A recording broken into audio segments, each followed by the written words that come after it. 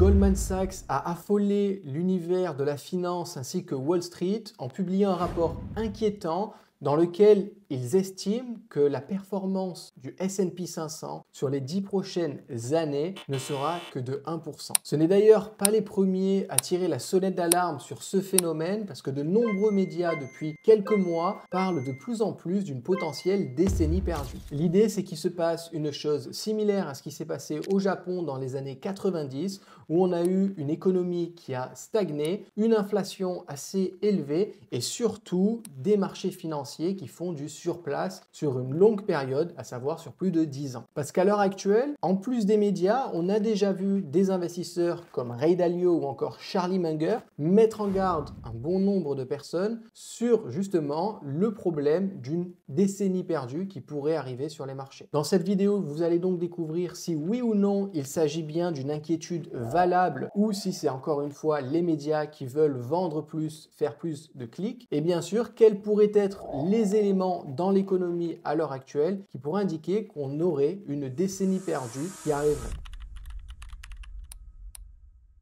Quand on parle de décennie perdue, la première chose à comprendre, c'est la notion de rendement réel. Prenons un scénario extrême pour que vous compreniez. Imaginez que vous vous enfermez chez vous pendant 3 ans. Vous avez 100 000 $ sur votre compte en banque et l'idée, c'est qu'après ces 3 ans, vous en sortiez avec 1 million parce que vous allez investir dans tout un tas d'opportunités. L'idée ici, c'est un petit peu comme les capsules d'entraînement dans Dragon Ball Z où vous allez pouvoir vous enfermer, progresser et quand vous allez sortir, vous allez être transformé. Ici, ce sera votre compte en banque parce que le but, c'est qu'au début, vous avez 100 000 €, à la fin, vous avez 1 million d'euros. Vous allez donc faire vos courses pendant 3 ans pour être sûr de ne jamais avoir à sortir. Vous avez tout acheté, vous avez des stocks. L'idée vraiment, c'est que vous ne quittiez jamais l'endroit où vous êtes pendant cette période. Après 3 ans de travail acharné, vous avez enfin atteint votre objectif. Vous avez ce fameux million sur votre compte en banque. Vous êtes enfin riche et vous pouvez sortir pour fêter ça. Pour ça, vous allez décider donc d'aller dans votre restaurant favori qui se trouve à quelques pâtés de là où vous habitez. Vous commandez, vous ne regardez pas forcément les prix parce que vous avez l'habitude de venir. Et au moment de recevoir votre note, vous vous attendez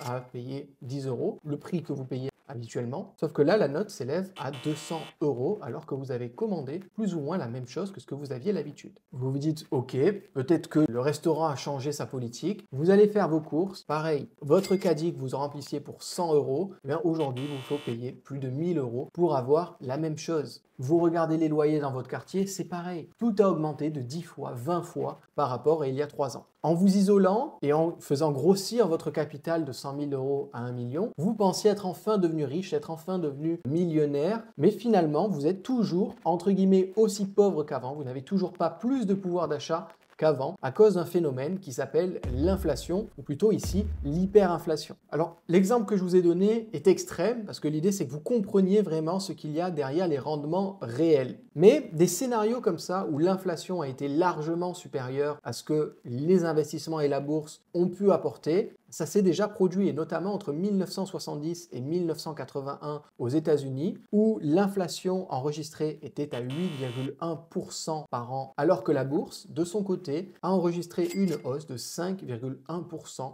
par an. Ce qui signifie que pendant cette période, le rendement réel de vos investissements était de moins 3%. Alors oui, vous avez vu l'argent sur votre compte augmenter. Le truc, c'est qu'avec cet argent qui augmentait, vous ne pouviez toujours pas acheter plus. Il vous fallait faire minimum 8% par an si vous vouliez juste conserver votre pouvoir d'achat. Et c'est ce phénomène bien précis qui inquiète aujourd'hui Goldman Sachs et de nombreux grands investisseurs et de nombreux économistes. C'est le fait que l'inflation soit hors de contrôle et qu'elle augmente beaucoup plus vite que ce que le feraient les marchés financiers sur la même période. Donc ça, c'est plus pour la partie économique globale. Mais pour un investisseur particulier, il ne faut pas oublier une chose, c'est que l'inflation n'est pas la même que celle qui est annoncée par les gouvernements. Et je suis sûr que vous l'avez vu. Aujourd'hui, l'inflation annoncée par les gouvernements est entre 2,5 et 3% sur l'année. Sauf que essayez de retrouver un vieux ticket de caisse qui date d'il y a 1 an et vous allez voir que la différence de prix entre ce que vous payez avant et ce que vous payez aujourd'hui, ça n'a pas augmenté de 2,5% voire 3%. Ça a plutôt augmenté entre 10 et 20% en fonction des produits que vous consommez si vous n'avez pas changé vos habitudes alimentaires pour contrer cela. Idem pour le prix de l'électricité, du gaz, le prix des énergies. Je pense que vous l'avez bien vu, l'inflation pour les ménages n'est pas du tout la même que l'inflation pour une entreprise ou que l'inflation annoncée par le gouvernement. Donc si ces choses ne s'arrangent pas, ça risque d'être assez compliqué d'être en mesure d'avoir un retour financier suffisant sur vos investissements pour pouvoir conserver ne serait-ce que votre train de vie. Maintenant que vous avez compris cette notion de rendement réel, il est temps de voir les deux piliers principaux qui pourraient être les causes d'une décennie perdue, à savoir d'un côté le pilier macroéconomique et de l'autre côté le pilier plutôt axé marché financier, investissement. Pour bien comprendre ici, on va de nouveau retourner dans les années 70 pour comprendre ce qui s'est passé et voir où est-ce que nous avons des similitudes aujourd'hui par rapport à la situation. La première chose, c'est que entre les années 70 et les années 80, il y a eu un énorme yo-yo au niveau des taux d'intérêt directeurs. Ce qui s'est passé est assez simple. On a eu une inflation élevée, donc la Fédérale Réserve a augmenté les taux d'intérêt pour ralentir l'économie et réduire l'inflation. Grâce à ces taux élevés, l'inflation a diminué. Le truc, c'est qu'ils ont baissé ces taux beaucoup trop rapidement, alors que l'inflation n'était pas encore arrivée à des niveaux suffisamment bons parce que la courbe était décroissante de cette inflation. Ce qui fait que l'inflation est repartie. Alors, ils ont été obligés de réaugmenter encore plus les taux que ce qu'ils avaient fait avant pour pouvoir contrer cette inflation. Une fois que l'inflation est repartie, elle a rebaissé grâce à cette hausse des taux. Et bien sûr, vous vous en doutez, ils ont encore une fois décidé de rebaisser les taux beaucoup trop rapidement, ce qui fait que l'inflation est repartie encore de plus belle et les taux ont été augmentés à plus de 20%. C'est-à-dire que les taux d'intérêt étaient à plus de 20% et même certains taux d'intérêt interbancaires sont montés à 22%. Donc aujourd'hui, on n'est pas forcément encore dans une situation identique, mais il y a des choses qui sont plus ou moins similaires. On a en ce moment des taux d'intérêt qui sont en train de baisser en même temps que l'inflation était en train de baisser, sauf que là, l'inflation commence depuis 6 mois à repartir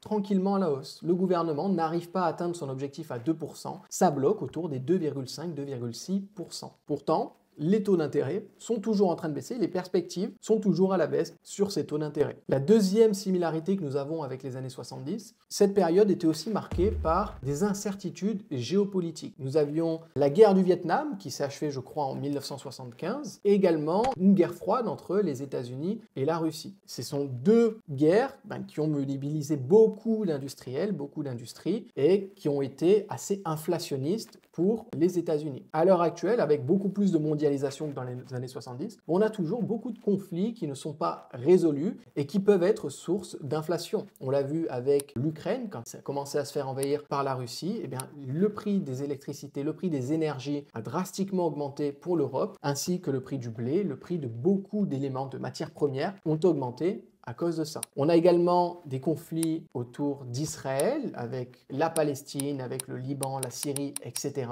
Et donc tous ces conflits où les États-Unis sont plus ou moins impliqués, que ce soit directement ou indirectement, sont des choses qui sont potentiellement inflationnistes pour le pays. Le deuxième problème qui est assez inflationniste également, c'est cette impression monétaire massive qu'il y a eu suite aux événements que vous connaissez en 2020 et qui ne s'est toujours pas résorbé. Et le problème qu'on rencontre actuellement, c'est que jusqu'à présent, les États-Unis avaient la possibilité d'envoyer cet argent en dehors. Parce que contrairement à beaucoup de devises, le dollar américain est une devise qui circule très facilement partout dans le monde quasiment parce que les achats d'énergie se font généralement en dollars américains. Sauf qu'on a eu les BRICS qui sont arrivés et certaines transactions sur l'énergie maintenant sont dans de nouvelles devises qui ne sont plus le dollar américain. Alors oui, le dollar reste la monnaie principale dans la majeure partie du monde et la majorité des pays du monde, mais il y a ce challenge qui commence à arriver. Et c'était ça la grosse force des États-Unis par rapport à l'inflation, c'était que c'était une économie qui était capable de faire sortir sa monnaie pour la mettre dans d'autres pays, là où par exemple le Japon avec son yen, le yen va plutôt rester au Japon et va très peu sortir du pays. Alors on va forcément avoir quelques cas différents où ça sortira, mais en règle générale, le yen reste dans le pays. C'est la même chose pour le franc suisse, où il va plus ou moins rester dans le pays, pour la couronne suédoise.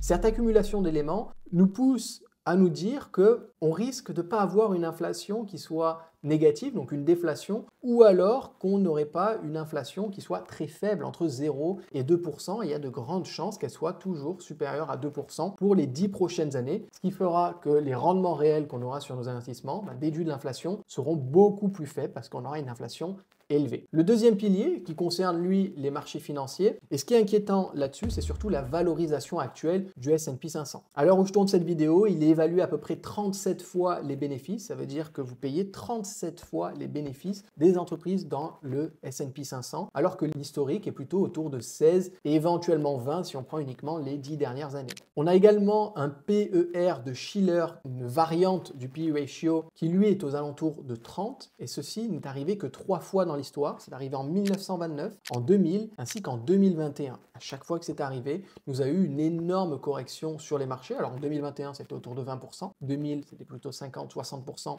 Et surtout, on a eu une période de plus de 10 ans où les marchés et beaucoup d'entreprises n'ont pas retrouvé les plus hauts qu'elles avaient atteints en 2000 à la suite de la bulle Internet et en 1929, ce qui est toujours aujourd'hui un des cracks boursiers les plus puissants qu'il y a eu sur la bourse américaine. Ce qui pousse un indice ou une action à la hausse, c'est d'un côté la hausse de ses bénéfices, mais d'un autre côté la hausse du multiple de la valorisation. Sauf qu'aujourd'hui, le multiple de valorisation a augmenté beaucoup plus rapidement que les bénéfices, et ça c'est probablement dû à l'IA, à la reprise économique, à plein de choses, au fait que la bourse est beaucoup plus accessible que ce qu'elle était avant, et c'est également dû au fait que l'indice S&P 500, pour la première fois de son histoire, est à des niveaux records en termes de concentration. C'est-à-dire que la grosse majorité de l'indice est concentrée sur une poignée d'entreprises comme Apple, Microsoft, Nvidia, Meta, Google, Amazon, etc. Donc cette concentration fait que ce n'est pas forcément représentatif de l'économie américaine parce que ce sont toutes ces entreprises-là qui drainent un maximum des investissements qui vont driver la performance de cet indice.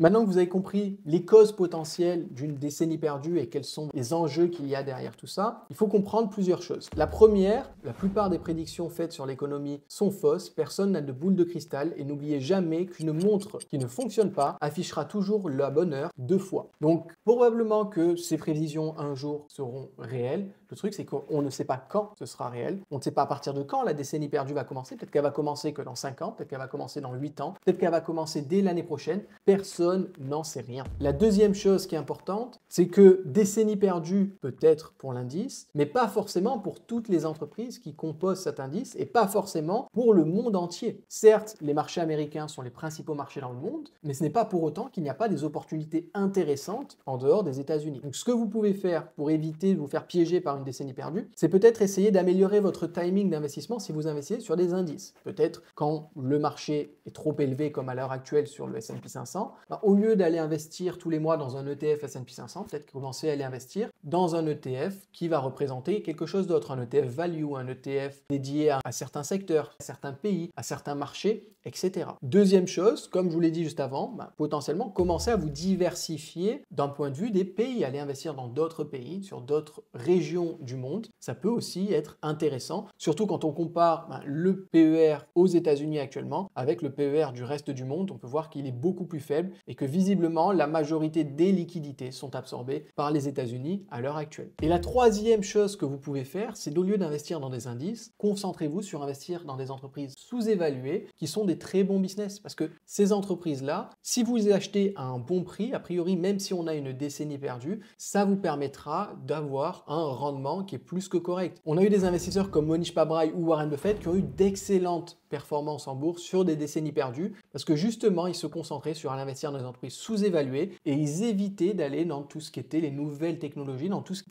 tirait le marché vers le haut quand les marchés étaient surévalués. Si sélectionner vos actions, c'est quelque chose qui vous intéresse, je vous ai préparé une liste totalement offerte que vous trouverez en lien dans la description, dans laquelle j'ai réuni des entreprises qui sont sous-évaluées à l'heure actuelle, payent un dividende depuis plus de 10 ans, qui ont des bénéfices positifs depuis plus de 10 ans et surtout qui ont un faible niveau d'endettement comparé à leurs concurrents. Vous pouvez accéder à cette liste gratuitement via le lien qui se trouve sous cette vidéo. Dernier point avant de conclure cette vidéo, c'est que vous devez investir sur du long terme. Plus vous investissez sur un horizon long et moins vous faites de transactions d'achat, de vente et de vous concentrer sur des achats et conserver longtemps, plus vous avez de chances de sortir gagnant d'une décennie perdue, plus vous avez de chances de vous protéger. Il ne faut pas que vous tombiez dans cette paranoïa, dans cette pensée qui dit de toute façon l'inflation sera tellement élevée que ça sert à rien d'investir parce que l'inflation va tout bouffer. Sauf que le truc derrière tout ça, ok, si on a une inflation élevée et que votre rendement réel est à moins 3% comme ce qui s'est passé dans les années 70, si vous n'aviez pas investi, ce ne serait pas moins 3% que vous auriez de rendement, ce serait moins 8%, moins 10%. Et à l'heure actuelle, personnellement, je préfère perdre 3%